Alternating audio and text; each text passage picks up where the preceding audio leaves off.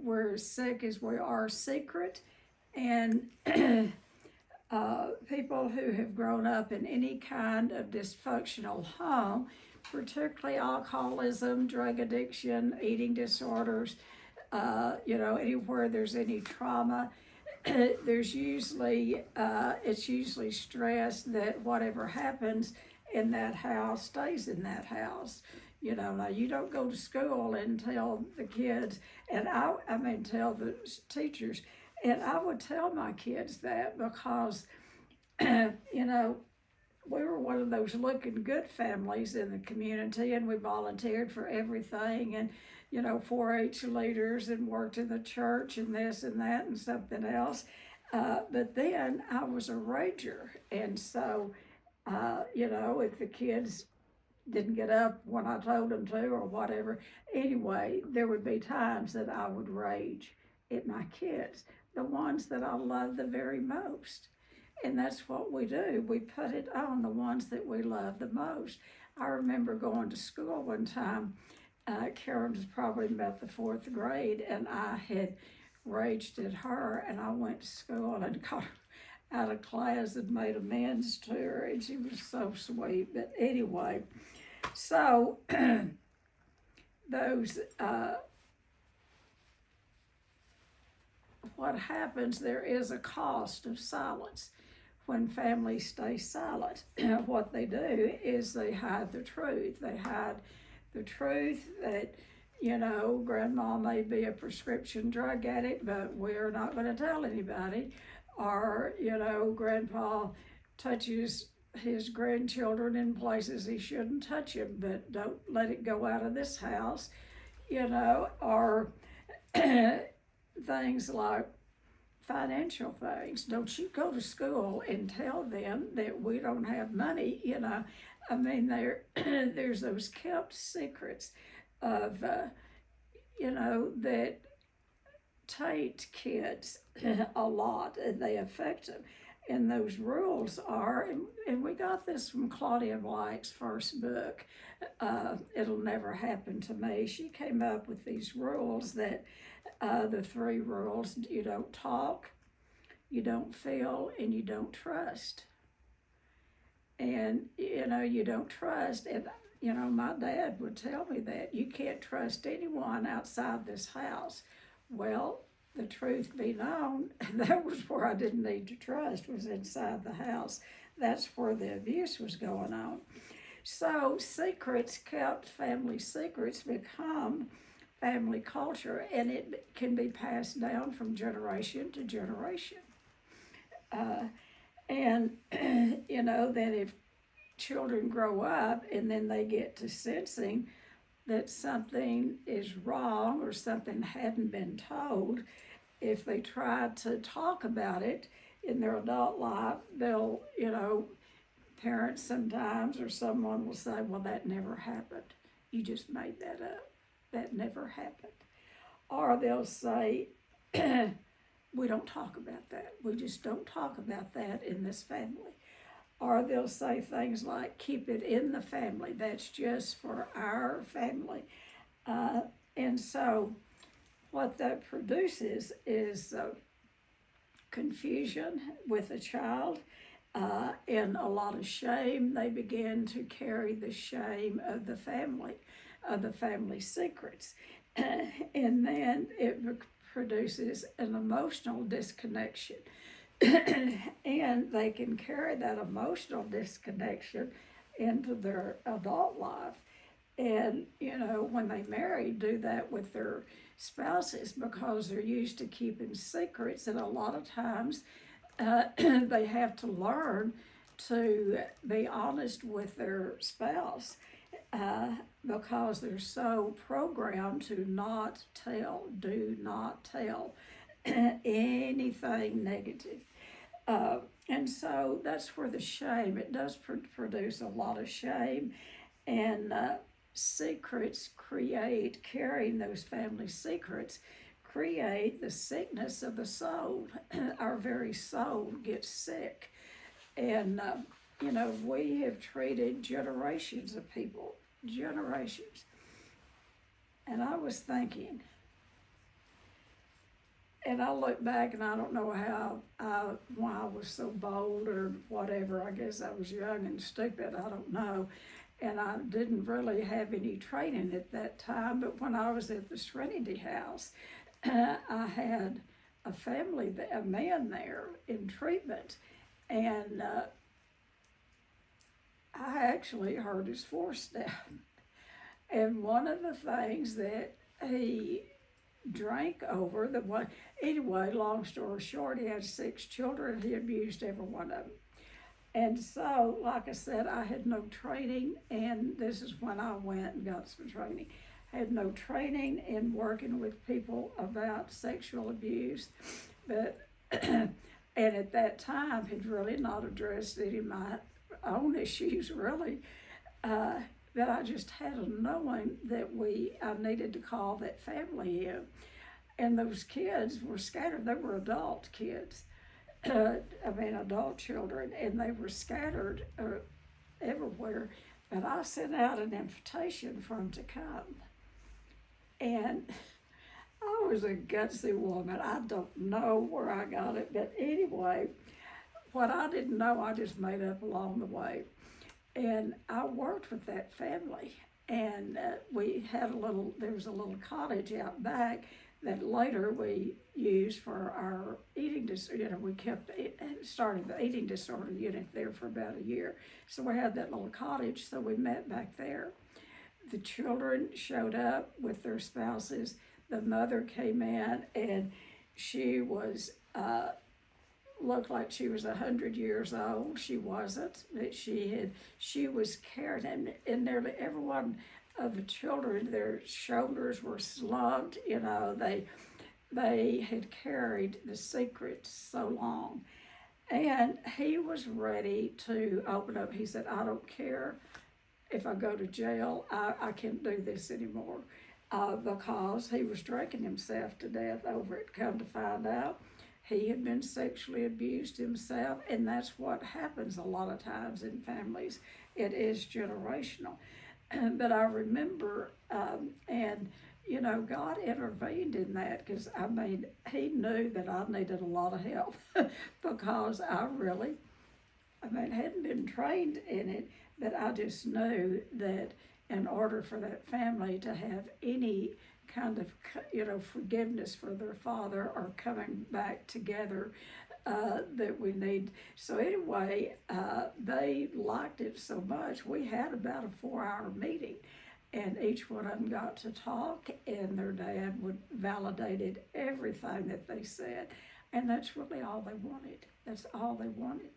Now they had the option, and he gave them the option. He said, I am willing to go to prison. Whatever y'all want me to do, I am willing to go to prison. And they didn't want him to. He didn't, and he became such a faithful member to AA. And but had I had the tools that I have now, we would have done the work with him and the family that we do out here. But I hadn't been trained, so I didn't know. But he still carried that, and every once in a while I'll see him out in public, or I'll see him at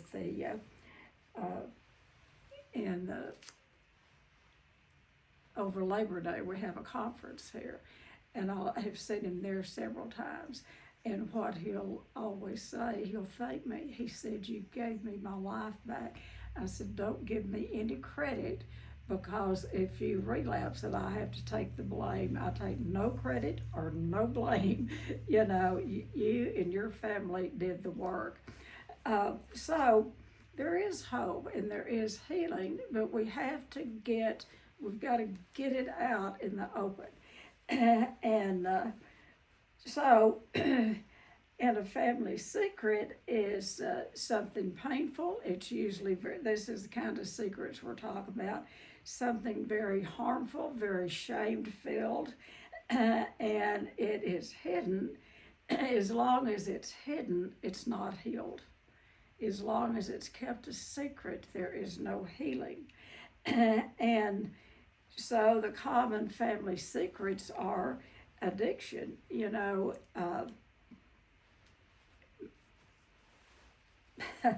my dad didn't want anyone to know that he had an alcoholic. Well, she wasn't really an alcoholic. She'd abuse anything, but she was my little tablet taker. She was more of a prescription drug addict. And so the things that we keep secret are addictions, any form of addiction. We keep abuse secret. And then affairs, when people have affairs. And I will tell you, you may think that kids don't know. If you really want to know in a family, the family secrets, I'll tell you who will tell you. If you've got a 4 or 5 year old, you get that kid, get them in the family group and you ask that 4 and 5, or you just ask the question. The other kids have already been taught to get silent and not talk, that no talk rule. You get you a 4 or 5 year old, they're going to spill the beans. And then, they'll want to be putting their hand over the kid's mouth because the kid hasn't learned yet to keep those secrets, And so when I said affairs, I had a family there at the Serenity House again. And the little girl spilled the beans about that. Well, my daddy has a girlfriend. Daddy, you have a girlfriend, and gave it the girlfriend's name. And the dad wanted to shut the kid up because the mother didn't know about the girlfriend. And but by the end of that, everybody knew about the girlfriend. And all of the kids knew, but the little 4 or 5 year old was the only one that had the courage to say it. She had no inhibition. She just let it out. Mental illness. People do not want to talk about mental illness. There's been a lot, I'll tell you, working in the addiction field for years, one of the things that we've done, and I don't do it as much anymore, that we worked for 50 some odd years that I've been around, is to educate people about addictions. And so the education is out there. It got to be for a while that it was sort of a status symbol to go to AA. People would go to AA when they wasn't really bad alcohol, and then, movie stars would get on TV and they would talk about being in AA. So it got to be, the secretiveness of addictions was not as bad as it once was. Now, mental illness, there's been a lot of education about mental illness, but I think it's still hidden a lot. I think the family carries the shame, and if we can ever get our society to the point that physical illnesses and mental illnesses are on the same spectrum, it is because that's how we're made up. We're made up mentally and physically and spiritually. But if somebody has a physical problem, they'll tell it to the world. But those mental problems, there's so much shame around it that the family carries, particularly the children, and they don't want anyone to know, and they won't talk about it. Another thing is where there's been financial collapse. I remember having a friend in high school that back in those days, it was a moral, it was a real morality thing to file for bankruptcy. No one filed for bankruptcy back in the 60s, 50s and 60s. And if you did, you sure didn't tell anyone. You had a black mark. It was almost like, having a black banner across your house, your home or something. And that bothered my friend a lot. And they went from her dad out of business and was pretty prosperous. And then there was an oil crash and he lost everything, moved out of a fine home, fine mansion looking, into a small house. So the kid, she carried that. She carried the shame of that financial collapse. And they were told, don't tell anyone. Well, it was obvious that, the new car she was driving, she no longer had a car to drive. So financial collapse is one of those secrets. Suicide, no one likes to talk about suicide. And when they talk about someone that has committed suicide, they usually whisper. They whisper, "Did you know?" So suicide is kept a secret. And any form of trauma. And then family betrayal. Family betrayal is where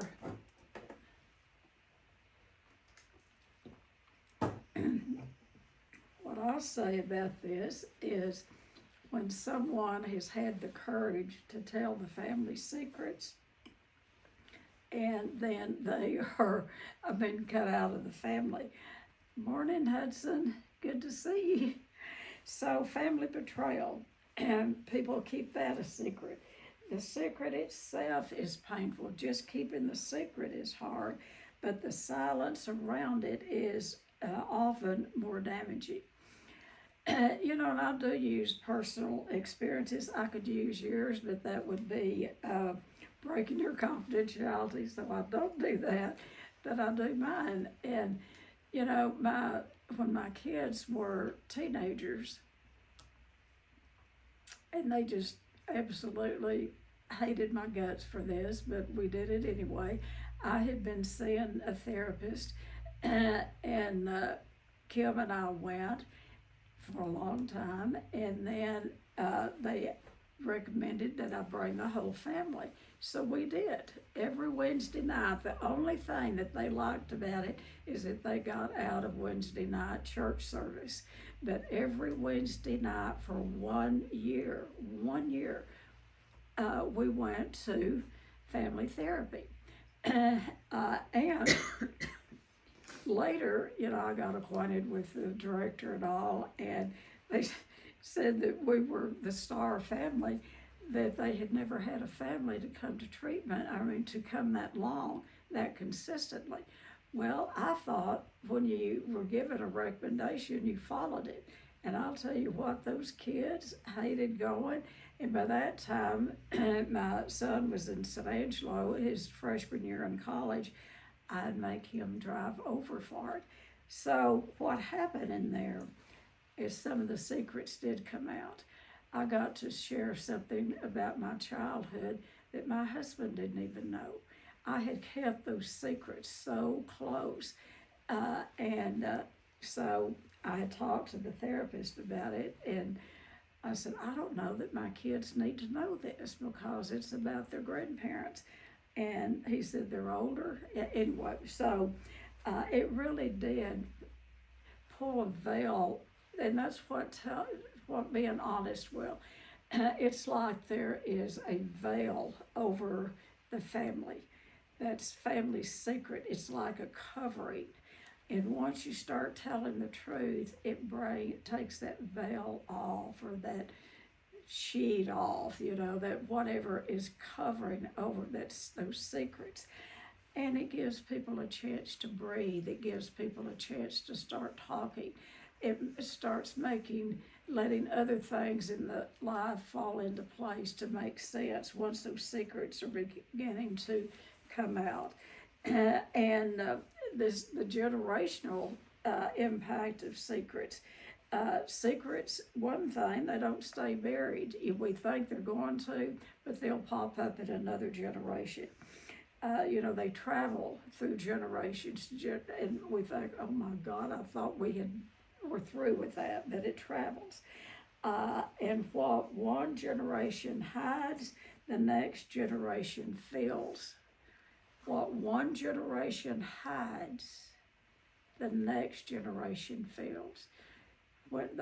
Those of y'all that have been here, we talk about the carried shame, the carried pain, the carried fear. It's like those feelings are almost assigned to the different kids. And one of them said, well, I'll carry the shame, one carries the anger, but they probably all carry the shame. And the type of work that we do here is to help release a lot of that. And so what usually happens is what it produces is unexplained anxiety. You know, our society is full of anxiety. We have a very anxious country. Now, a lot of times, it's not what is happening on a daily basis, except in today's time, we've got some things to be anxious about. But normally, it's not what's happened in our daily life. It's that stuff that we're carrying from our childhood. And you bring that up to, and you put it with everyday situations.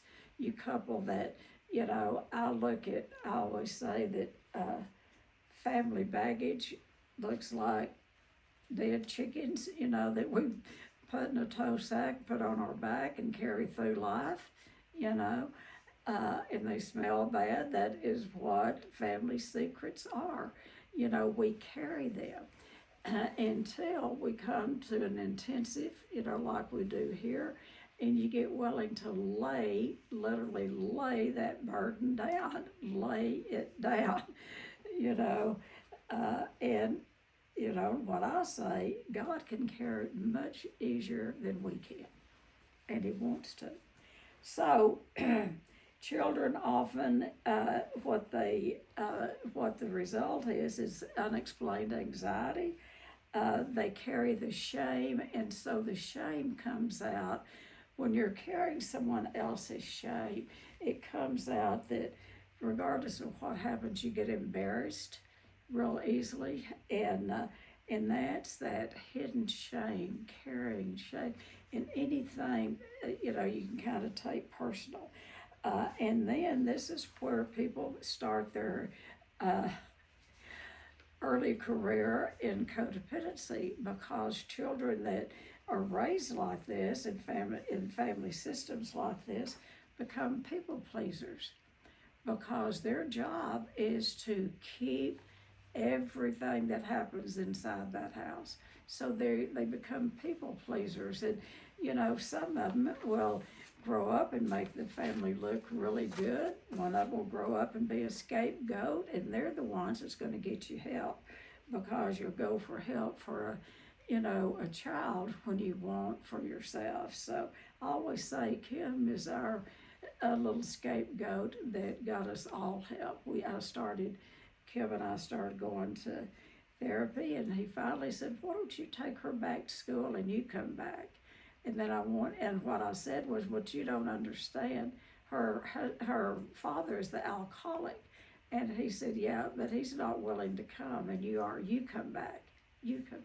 And so that was the same therapist that we eventually, many years later, did the years family group with. So what happens then is a lot of perfectionism. People start having perfectionism because they feel like they can't ever do it right. So they try to, if they can get it perfect, then maybe they will get, give parents attention. And when there is things going on in the family, kids are usually the last ones that get much attention. So addiction patterns begin to show up. Emotional numbness shows up, where people are just numb. We've treated them where they have no feeling. Now, these will a lot of times be your morbidly obese people. They will be your chronic alcoholics. They will be your prescription drug addict, because the minute a feeling comes up, they reach for something. It's that hand to mouth, and they don't allow themselves to feel the feelings. That's why when, a compulsive overeater gets abstinent, the family better watch out, because it creates an opening for those feelings to come up. They've been there all along, but stuffing food, I think, can ease the pain quicker. No, it's not the thing. Smoking is the number one quick pain reliever like that. And I don't want y'all to go start smoking just to ease the pain, but immediately you light up a cigarette, inhale that, pull it down into those lungs, and you watch people, it's all, gives them that sense of ease and comfort. And we're not, as addicts, we're not a bunch of idiots. We go for the sense of ease and comfort. That's what we're seeking. Because when we grow up in families where there's kept secrets, I'm talking about some pretty bad secrets that kids carry. And when they find, the drug that works for them, mine was food, and I found it at age 4. And I want to say, thank God I did. I think food kept me alive until I could get to recovery.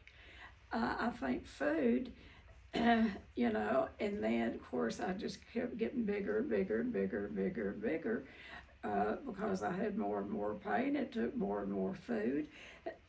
And, but I did have this suicide ideation. From the time I was 8 years old, I wanted to kill myself.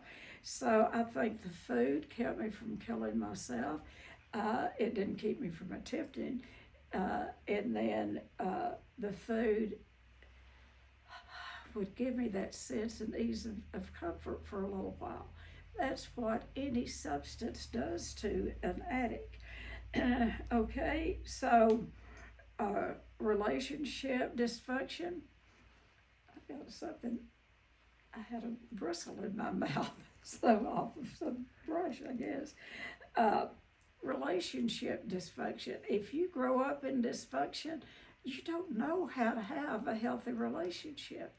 That's why you must learn. That's one of the reasons that I love doing imago therapy for couples, because invariably, the ones that come to us because they have problems, and most of them have found some way to medicate them, the problems. So, those are the kind of people that we get here. And once they're treated for their addiction, and then what's going to happen is those problems are going to manifest themselves in that coupleship. And they're going to show up. And so that's why I love doing the imago therapy with recovering couples, because they usually will do the work, for one thing. And they do the work when they go home, not all the time. If they will do even 10% of what they learn in imago therapy, it can be a game changer for that coupleship. Because if you grew up in dysfunction, that's what you brought to the marriage. And so then that emotional fallout of unspoken trauma, when you've had trauma and you don't speak about it, we hold it. The issues are in the tissues. Our very body begins to break down, and it breaks down in stress-related illnesses. We'll see people with stomach problems. I believe today that my mother could have gotten well.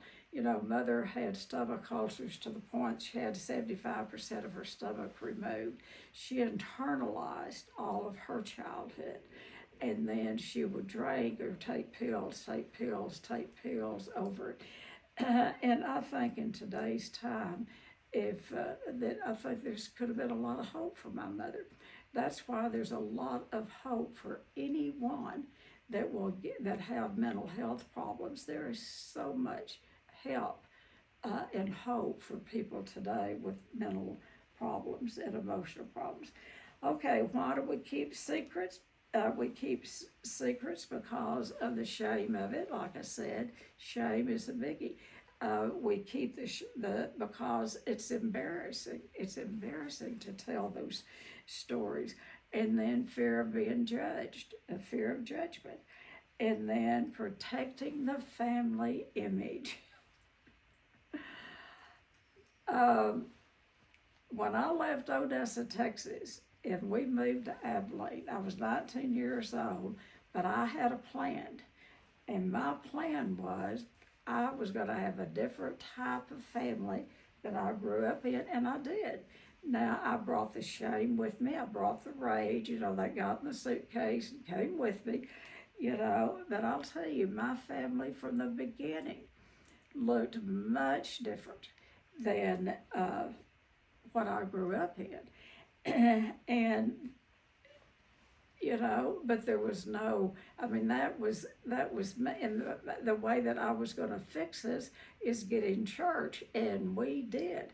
And we were on that third pew on the left-hand side of that Baptist church every Sunday morning, Sunday night, Tuesday for visitation, Wednesday night prayer meeting, Thursday night for youth, and the kids usually had something on Friday night.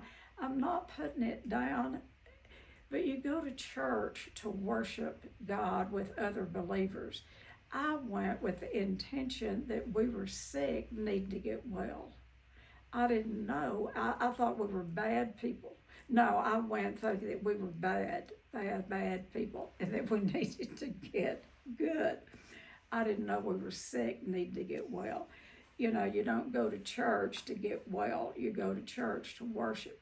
And you can get a little wellness there, but the type of sickness that most addicts' families have goes real deep, and they do need professional help.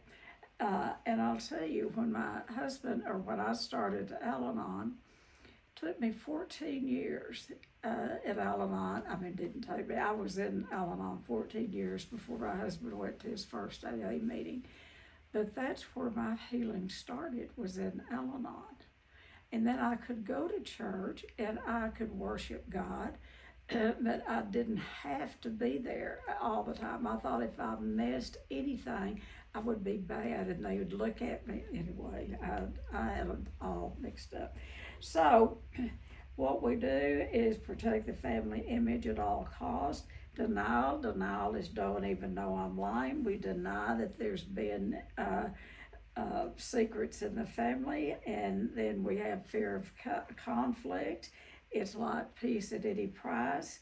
And we walk on eggshells a lot, when we're keeping the secrets. And the main thing is protecting the person who caused the harm. That's who everybody's protecting. And it may not be sexual abuse, it may be emotional abuse. Emotional neglect. Neglect and abandonment are the two highest forms of abuse for children. Worse a lot of times than sexual abuse, and sexual abuse is horrendous, but the parents there, when a child is neglected and not, given physical care, and that includes spiritual training. It includes warm house to live in, a cool house to live in the summertime, food on the table, physical, taking care of a child physically. And there's kids everywhere that don't have that. And they go to school in dirty clothes. All that creates a lot of shame. And so they start protecting the person that caused the harm. And that's where those kept secrets. Kids will deny a lot of times. When they get older, they are programmed to deny that there's any problem in the home. You go talk to anyone in Child Protective Services, they've heard it all. They have heard it all. But secrecy often protects the problem instead of the people. Yeah. It protects the problem because the people carry the problem inside of them, or the shame of the problem. And the silence allows dysfunction to grow. When I was the only one of my family that ever got any help, and I was the one that was cast out. They thought I was nuts. They thought I had lost, or my sister particularly thought I had lost my ever-loving freaking mind, because I started changing and I quit doing the things that my mother demanded me to do. I quit running up to Odessa every time my dad called and said, if you don't come up here, I've got a gun to your mother's head right now, and if you don't come up here, I'm going to blow her head off. And I wouldn't go. He didn't blow her head off, but that's how in the past he would get me to jump and run. you know. So when I stopped doing all of that, I was not a favorite child. They hated my guts, and they didn't like the people I run around with. They thought they had influenced me too much. And my sister, I talked to her one night for 2 hours about shades. I sat and listened to her, you know, and she, you know, told me how big a loser I was and what, you know, a fake and a phony I was. Finally, my husband came in there and he said, hang up that phone. Stop it. And he never told me anything to do. He said, hang up the phone.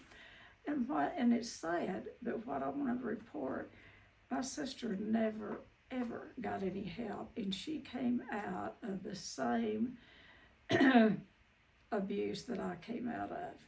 She died this year, first part of this year. And she had Alzheimer's, but she died, but she was the most angry person. She overdosed her husband, in fact, to kill him. And she told all of us, we got there, and she said, well, I want to tell you, and she told the whole family, her kids, all of us. He was a law enforcement officer.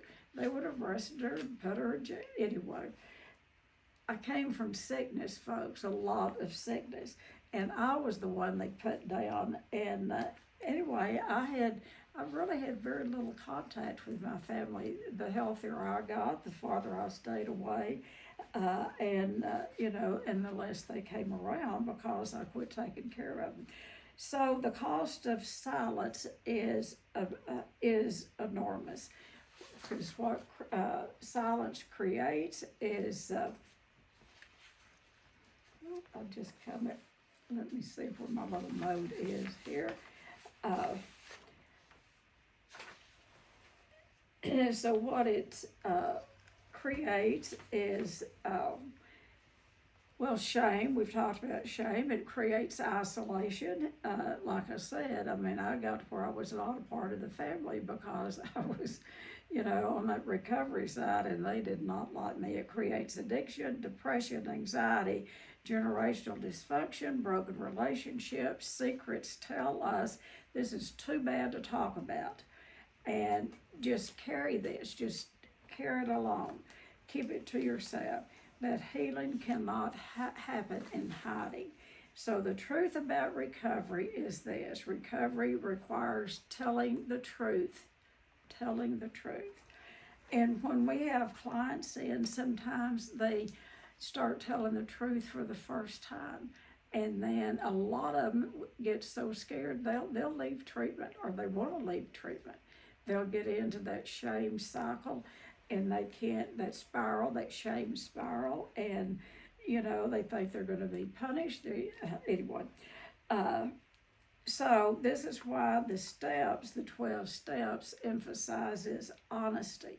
The steps will help working through the shame and carrying the secrets of the family.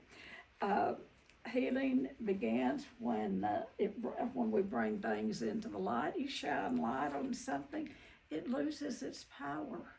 It loses its power when light is shown on it. And so when we start telling the truth about our story, we don't have to always tell their story. I think sometimes in getting our story straight, we tell part of their, you know, where we came from. But then after a while, we'll just tell our story. We tell our story in what we did in our dysfunction. And then we stop protecting the dysfunction. You know, I made all excuses in the world for my dysfunction. I was dysfunctional raising my kids, and that is the biggest, shame that have carried. Today I have worked on it. You know, I have no shame about it today, because what I do is I treat my children with dignity and respect. I'll tell you, I treat my children, my adult children, and my grandchildren much different. I don't know that my grandkids have ever heard me get angry. I don't know. I don't get angry. I can get, kind of disappointed at times or something, but God took the rage away from me. Y'all have heard that rage story. Okay, so bring the truth into the light, tell the truth about our story, stop protecting the dysfunction, stop covering it up, stop carrying what was never ours in the first place. Secrets lose their power when spoken in safe places.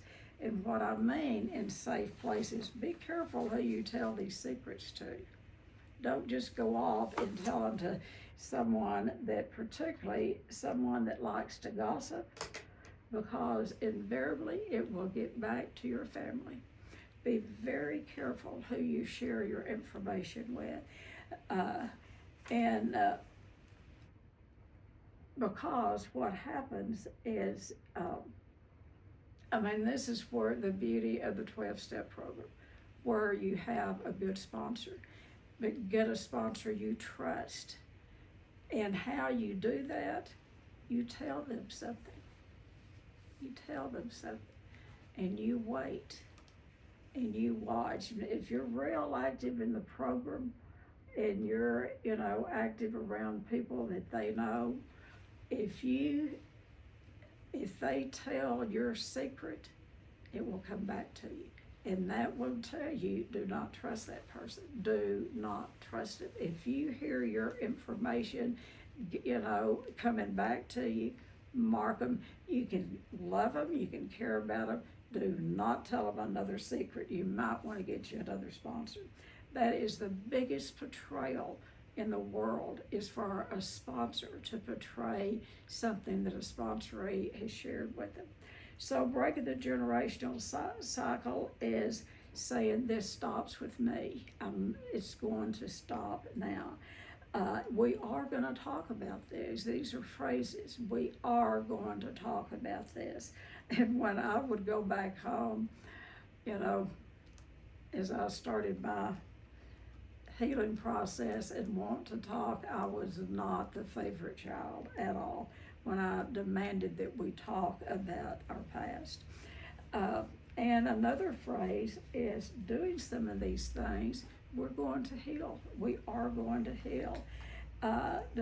Breaking the silence does not mean that we're going to be shaming people. We don't shame. That's what we've been carrying. Don't pass it over to someone else. It's about stating facts.